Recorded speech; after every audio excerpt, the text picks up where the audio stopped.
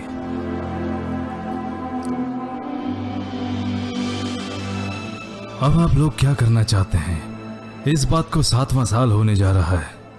आप अच्छी तरह से समझ गए होंगे कि इस फसाद की असली जड़ मोहम्मद है, और वल्लाही जब तक वो जिंदा रहेगा हम लोगों में से कोई भी चैन की सांस नहीं ले सकता। अगर हम उसे कत्ल कर देते हैं तो ये किस्सा ही खत्म हो जाएगा और फिर सब कुछ पहले की तरह हो जाएगा। ऐसा करने पर हो सकता है हाशिम कबीला हमसे जंग करे, तो क्या हम उनसे ज्यादा मालदार हैं, बड़ी फौज है, हम लोग एक हैं। हाँ, वो आज तो उसकी हिफाजत कर रहे हैं, लेकिन अगर हम उनका कत्ल कर दें तो मुझे नहीं लगता फिर वो अपनी तबाही को बुलाएंगे। तब उनमें से कोई अक्लमंद कहेगा कि जीते जी हमने उनका बहुत ख्याल रखा और उनकी हिफाजत करने में हमने कोई कसर न छोड़ी। फिर पता नहीं कैसे ये हादसा हो गया। क्योंकि अब वो जा चुके हैं। फिर अब अगर हम सब मर भी जाएं तो उन्हें जिंदा वापस नहीं ला सकते। अब कुछ नहीं हो सकता। या बनी हाशिम के लोगों, या बनी हाशिम, जैसा कि तुम लोग जानते हो कि कुछ लोग हमारे भतीजे के लिए साजिश कर रहे हैं और इसके लिए उन लोगों ने तैयारियां भी शुरू कर दी हैं। आज से ही हमें उनकी हिफाजत की जिम्मेदारी लेनी होगी और उनको महफूज रखने का जिम्मा सिर्फ हमारा ही नहीं बल्कि आप लोगों का भी है। हमें मोहम्मद के आसपास ही रहना होगा। अगर आप लोगों में से कोई भी मोहम्मद के दीन को नहीं मानता तो कम से कम वो हमारा खून का रिश्तेदार होने के नाते उनकी हिफाजत करे। जो कोई भी इस मुहिम में हमारा साथ देगा वो आगे आए। मैं यही कहूँगा कि मुश्किल की इस घड़ी में आप लोग हमारा साथ दें। हम लोग उनका साथ देंगे और उनकी हिफाजत भी करेंगे। ये तो बहुत बढ़िया हुआ। मुझे लगता है इनकी भूख को मरने की नौबत आ रही है। इससे पहले कि कुछ और हो, मुझे अपने लोगों से अलग ही हो जाना चाहिए।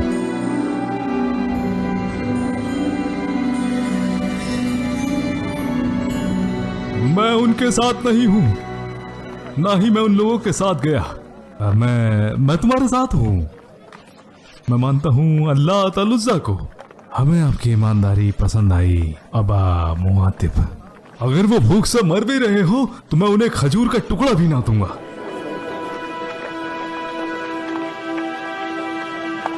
हमें तुम्हारी वफादारी की कदर है या अबू लहब। वल्लाही तुमने बिल्कुल सही कहा। काश हमारे सारे दुश्मन इनकी तरह वफादार हो जाते, मगर अफसोस कि कोई एक भी इनकी तरह वफादार ना निकला।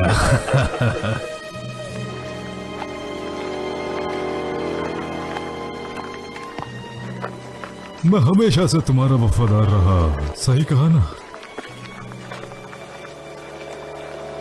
आप भी मुझसे खुश रहेंगे और मेरी मदद करेंगे जैसे मैं आपका वफादार हूँ। वो अपना काम करेंगे और हमें अपना काम करना होगा। वो मोहम्मद के रास्ते में आने वाली सभी मुश्किलों को दूर करना चाहेंगे, लेकिन हमें उनके मंसूबों पर पानी फेरना होगा। हमें उन लोगों के साथ अब दूरी बनानी पड़ेगी। वो कैसे? हम सब मिलकर एक मुआहदा लिखेंगे और उसे कागज पर उतारेंगे, और जब वो मुआहदा तैयार हो जाएगा हम काबा में लटका देंगे। उसमें लिखा होगा कि बनी हाशिम के साथ ना हम उठेंगे बैठेंगे, ना उनके साथ शादी ब्याह करेंगे, ना उनसे कुछ खरीदेंगे, ना उन्हें कुछ बेचेंगे, और इस बात का भी ख्याल रखेंगे कि उनके पास कोई रिस्क न पहुंचे। ना ही हम उनके साथ कोई मुआहदा करेंगे, ना तो मजलिसी एतबार से उनसे मिलेंगे, ना उनसे बात करेंगे, ना उनके घरों को जाएंगे, और ना उनसे मुरव्वत रखेंगे, ना उनसे मेलजोल रखेंगे, जब तक कि वो हमारे हवाले नहीं करते मोहम्मद को।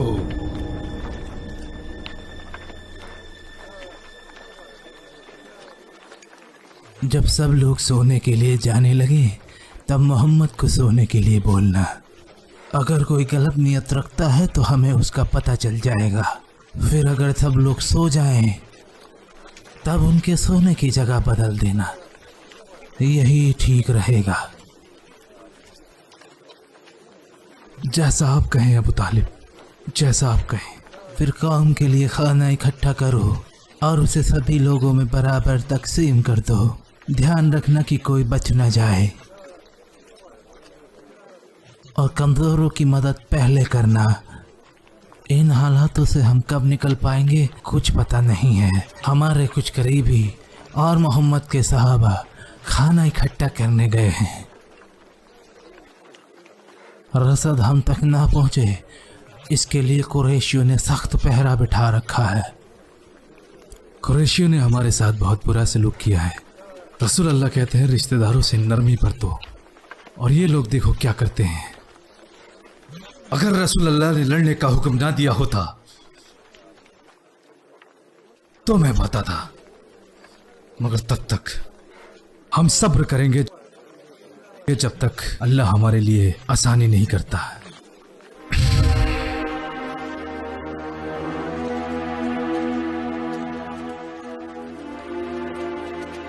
अब्दुल्ला, खामोश हो जाओ, यहाँ दुश्मन है और वो हमें देख सकते हैं।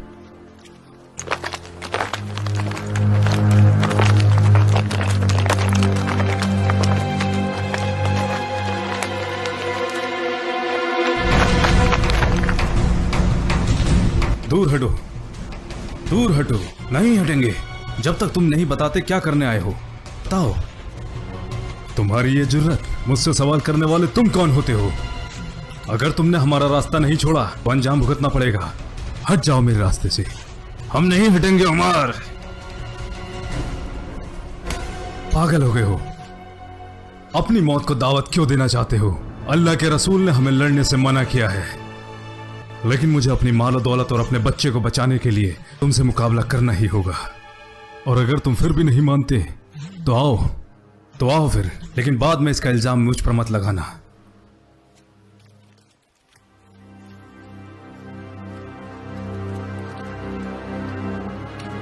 चलो बेटा। आपको डर नहीं लगा अप्पा जी? मैं था। अगर दिलों में खुदा का खौफ ना हो तो सब बर्बाद हो जाएगा। लेकिन बहादुरी अपने अंदर होती है अब्दुल्ला, जो वक्त रहने पर सामने आती है, और सामने वाले के दिल में आपसे ज्यादा खौफ पैदा हो जाता है। उसे भी अपनी जिंदगी का उतना ही ख्याल है जितना आपको है। समझे मैंने क्या कहा? तो अब जब आप रसूलुल्लाह से मिलेंगे तो अदब से उनके हाथों को चूमना और अपने लिए दुआ की दरख्वास्त करना। ठीक है अप्पा जी।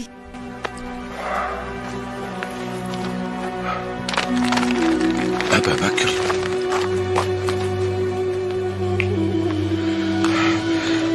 आप हमेशा मेरे से आगे रहते हैं। क्या आपको भी रास्ते में किसी ने परेशान किया? अल्लाह ने मेरा ख्याल रखा। बेशक वो दिलों के हालातों से वाकिफ है।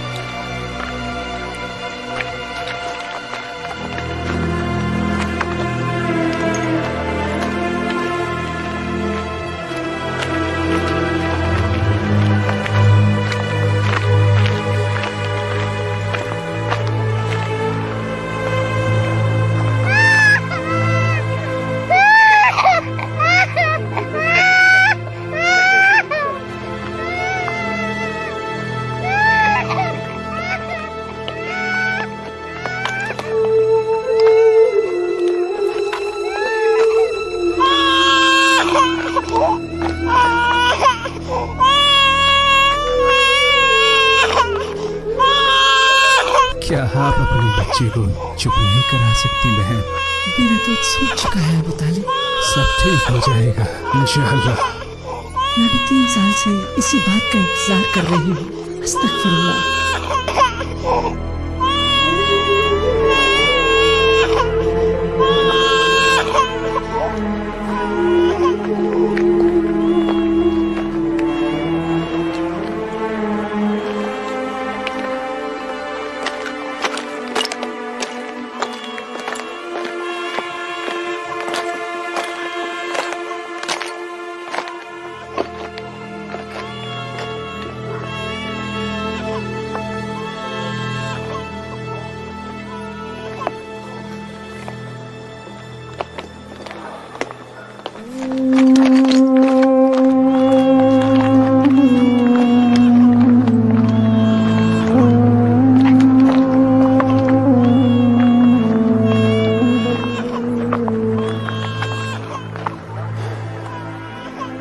सुनो अली, मोहम्मद के पास जाओ। वो जहाँ कहीं भी हैं उनके साथ रहो। और आप अब्बा जी? हमने जो कुछ भी किया है वो मोहम्मद के कहने पर किया है। अगर उनको कुछ हो गया तो हमारी सारी कुर्बानियां जाया हो जाएंगी। मैं अब उम्र के आखिरी पड़ाव पर आ चुका हूँ। मैं मौत से नहीं डरता, लेकिन मुझे डर है कि मेरी मौत के बाद वो मोहम्मद को नुकसान पहुँचाएंगे। लेकिन मेरे जीते जी ऐसा नहीं हो सकता। लेकिन मेरी मौत के बाद तुम्हें उनका ख्याल रखना है अली। ध्यान रहे कि उनकी जान की हिफाजत तुम्हें अपनी जान से भी ज्यादा करनी होगी। मैं उनके लिए अपनी जान भी कुर्बान कर दूंगा अब्बा जी। मैं उनकी हिफाजत और तरफदारी में कोई कसर नहीं छोड़ूंगा, चाहे कुछ भी हो जाए।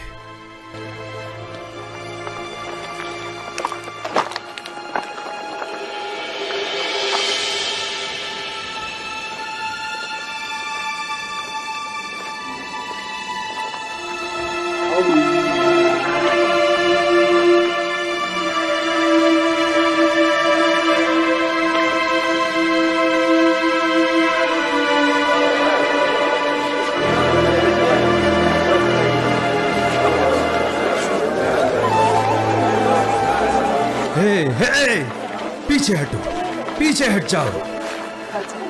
अपनी भूख को इतना आगे ना बढ़ने दो कि बद अखलाक और खुदगर्ज बन जाओ।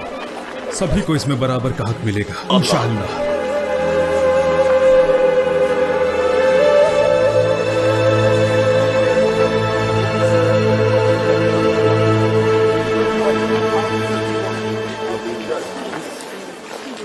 या माशरा कुरैश के लोगों, यहाँ आओ, मेरी बात सुनो। हम यहाँ बढ़िया खा पी रहे हैं, शानदार लिबास पहन रहे हैं, जबकि वहाँ हाशिम भूख से मर रहे हैं। ना कोई उनसे कुछ खरीदने की हिम्मत करता है और ना बेचने की। तब तक चैन से नहीं बैठूंगा जब तक कि ये जुल्माना मुआयदा फाड़ कर नहीं फेंक दिया जाता। खामोश, वल्लाही ये नहीं हो सकता। तुम झूठे हो। क्या तुमने मुआयदा लिखने से पहले हमारी इजाजत ली? जो भी उसमें लिखा गया है उसमें हमारी मर्जी नहीं है, इसलिए हम उसे नहीं मानते। क्या हम उसमें शामिल हैं? वल्लाही तुमने जो भी किया है वो बिल्कुल गलत है। बताओ मुझे, इससे तुम्हें क्या हासिल हुआ? सिर्फ यही फायदा हुआ है कि अरबों को पता लग गया है कि हम आपस में बट चुके हैं। वो कहते हैं ये कुरैशियों को क्या हो गया है, अपने ही लोगों के खिलाफ हो गए हैं, अपने ही लोगों से बदसलूकी करते हैं, ये अरबी रिवाज के खिलाफ है।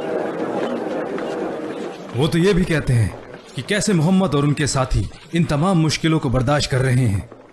अपने बचाव में उन्होंने किसी पर एक उंगली तक नहीं उठाई, और ये सब इसलिए क्योंकि वो अपने हक पर कायम हैं।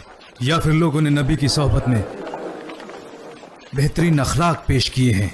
जो भी तुमने किया है उससे मोहम्मद और उनके सहाबाओं का कद बड़ा है और तुम्हारा कद नीचा हुआ है। इसलिए बहुत से अरबी उनके दीन की तारीफ करते हैं। वो चाहते तो तुमसे जंग का हुक्म दे सकते थे, लेकिन ऐसा नहीं किया। हम इस अहदनामे की मुखालिफत करते हैं और इसको टुकड़ों में फाड़ देंगे, चाहे अंजाम कुछ भी हो। ये मशवरा रात का तय किया हुआ है, शायद यहाँ की बजाय कहीं और तय किया गया। तुम्हें जो कहना है कहो, मैं सबसे पहले इसको फाड़ के रहूंगा।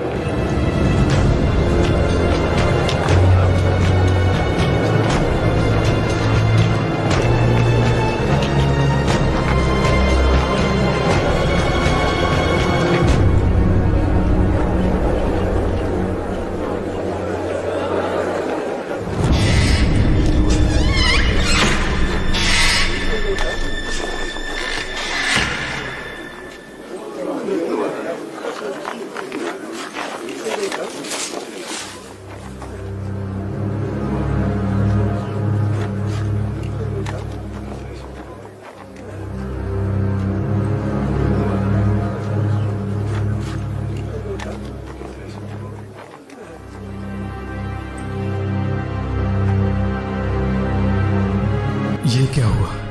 इसे तो कीड़े चाट गए हैं। सिर्फ अल्लाह का नाम बाकी छोड़ा है।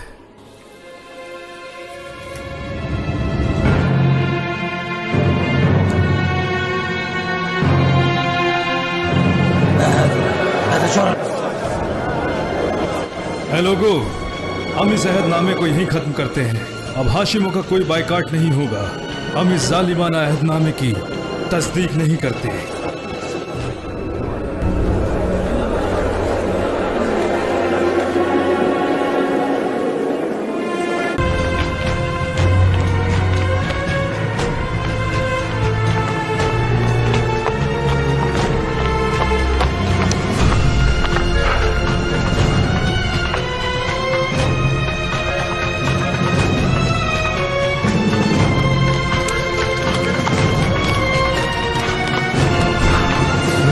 रसूलुल्लाह, मुझे उनके पास ले चलो। क्या बात है उमर, वल्लाही बहुत अच्छी खबर लेकर आया हूँ। कुछ लोगों ने अहदनामे को फाड़ कर फेंक दिया है और अब हम अपने घरों को वापस जा सकते हैं। तुमने देखा? क्या ये सच है? हाँ, वहाँ थे अबू तालिब, लेकिन मैं उनसे पहले आ गया ये खबर सुनाने के लिए। वो मेरे पीछे आ रहे हैं। रसूलुल्लाह के पास ले चलो। अल्हम्दुलिल्लाह। यहाँ से उठो और अपने अपने घरों को जाने की तैयारियां करो। अल्लाहु अकबर, अल्लाहु अकबर।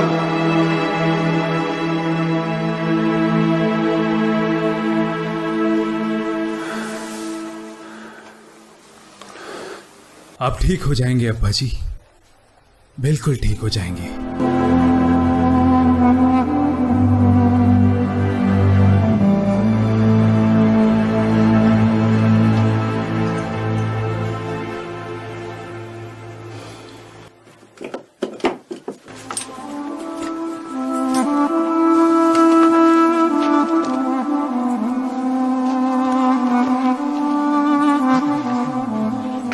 रसूलुल्लाह आए हैं भाई।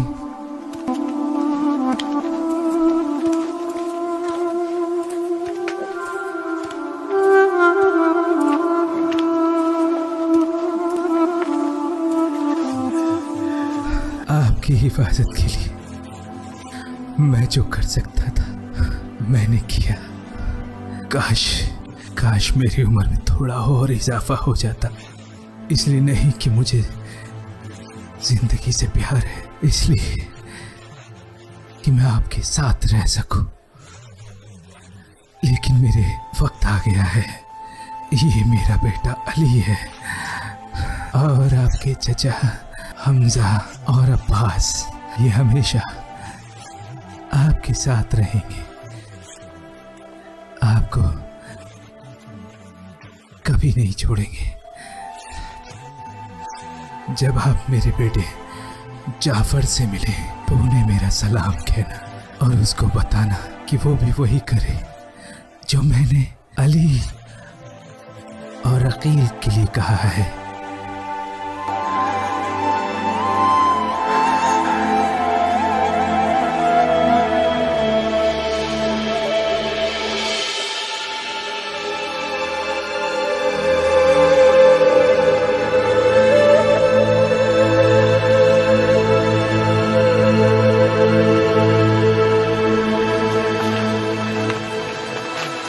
हम जल्दी ही अहदनामे के हिसाब से रसूलुल्लाह से मिलेंगे।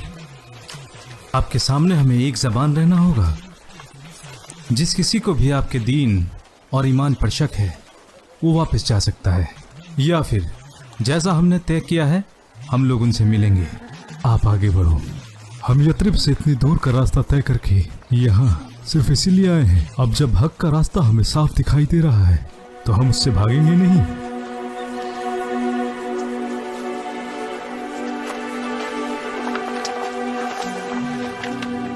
हम आपके बताए गए शराइत पर कसम उठाते हैं, जैसा आपने बताया हम अल्लाह के साथ किसी को शरीक नहीं करेंगे, न चोरी करेंगे, न जिनाकारी करेंगे, न अपने बच्चों को मारेंगे, न यतीम बच्चों का माल खाएंगे और न पाक दामन औरतों पर झूठी तोहमत लगाएंगे। आपसे एक दरख्वास्त है, हमारे साथ अपने किसी सहाबा को भेजें जो हमें हिदायत दे और दीन और हक का रास्ता दिखाए।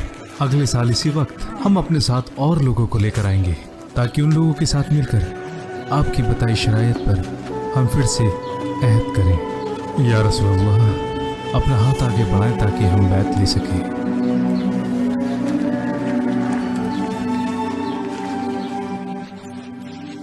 अगर दीन को जानना चाहते हो तो पहले अल्लाह के वाहिद होने में यकीन रखो, और अगर मुसलमान होना चाहते हो तो शहादत दो, अशहदु अल्ला इलाहा इल्लल्लाह व अशहदु अन्ना मुहम्मदन अब्दुहु व रसूलुहु। कुफ्र और जहालत से दूर रहो और अपने आप को सभी बुरे कामों से बचाओ। अल्लाह ने हमें हक दिया है उस पर जो सही है और सारे बुरे कामों को हम पर हराम किया है। अल्लाह फरमाता है कि हम नमाज पढ़ें, ज़कात दें और दूसरों के साथ अच्छा सलूक करें। उसने हमें दूसरों का माल खाने और कत्ल व गारत करने से मना किया है, और ये भी कि हम लोगों के साथ ईमानदारी से इंसाफ करें, चाहे इसका अंजाम हमारे खिलाफ हो, हमारे बच्चों के खिलाफ हो या हमारे रिश्तेदारों के खिलाफ हो। चाहे कोई हमारी मुखालिफत ही क्यों ना करे, हमें उसके साथ भी इंसाफ करना है। जहाँ इंसाफ की ज़रूरत है वहाँ इंसाफ होना है। सिर्फ एक ही चीज़ हम लोगों को आगे ले जा सकती है और वो है तक़वा।